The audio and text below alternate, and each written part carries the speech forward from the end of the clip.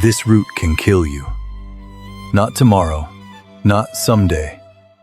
Raw cassava contains cyanogenic compounds capable of releasing cyanide, a poison that can interfere with the body's ability to use oxygen.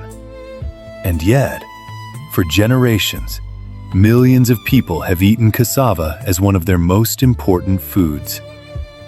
So how did our ancestors turn something potentially dangerous into something we could safely eat? The answer was not a laboratory. It was fermentation. And this is where the story gets disturbing.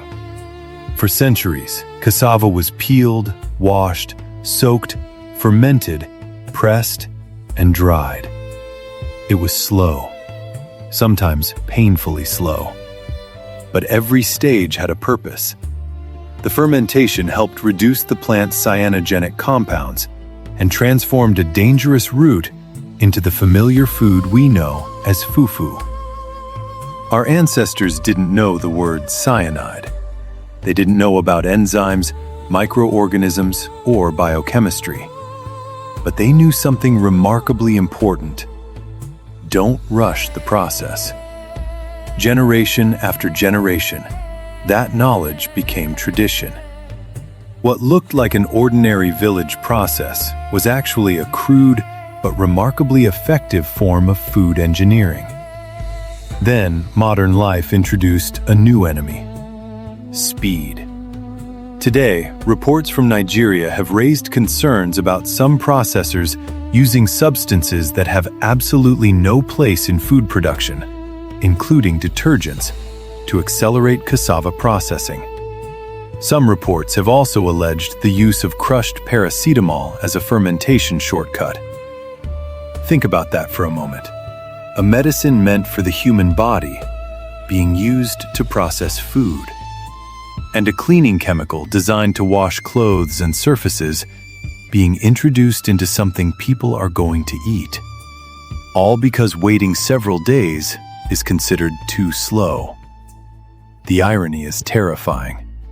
The ancient process was slow because the food needed time. The shortcut is fast because someone wants the food ready for the market. And the consumer may never know what happened before that white, smooth ball of fufu reached the plate. You wash it, you cook it, you serve it steaming hot, and you assume the danger is gone. But detergent is not a food ingredient. It does not become safe simply because the cassava is washed afterward. A published toxicology study on detergent-processed cassava found increased markers of kidney dysfunction and structural damage to the kidneys of laboratory rats exposed to the treated food. That does not mean every person who eats fufu will develop kidney disease, but it does mean the practice deserves to be taken seriously. Because the kidney is not a garbage disposal. It is one of the organs responsible for filtering waste from your blood, and repeatedly exposing the body to substances that were never meant to be eaten is not a shortcut we should normalize. Then there is another uncomfortable question. What happens when we start replacing knowledge with shortcuts? Because fermentation wasn't invented to waste time. It was part of the solution. The problem isn't fufu. The problem isn't cassava. And the problem certainly isn't tradition. The problem is abandoning the very process that made the tradition safe.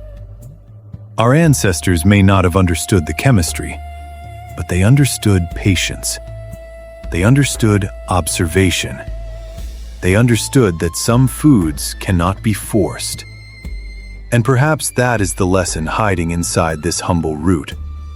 Sometimes, what looks like an old-fashioned inconvenience is actually ancient knowledge protecting us from a danger we forgot existed.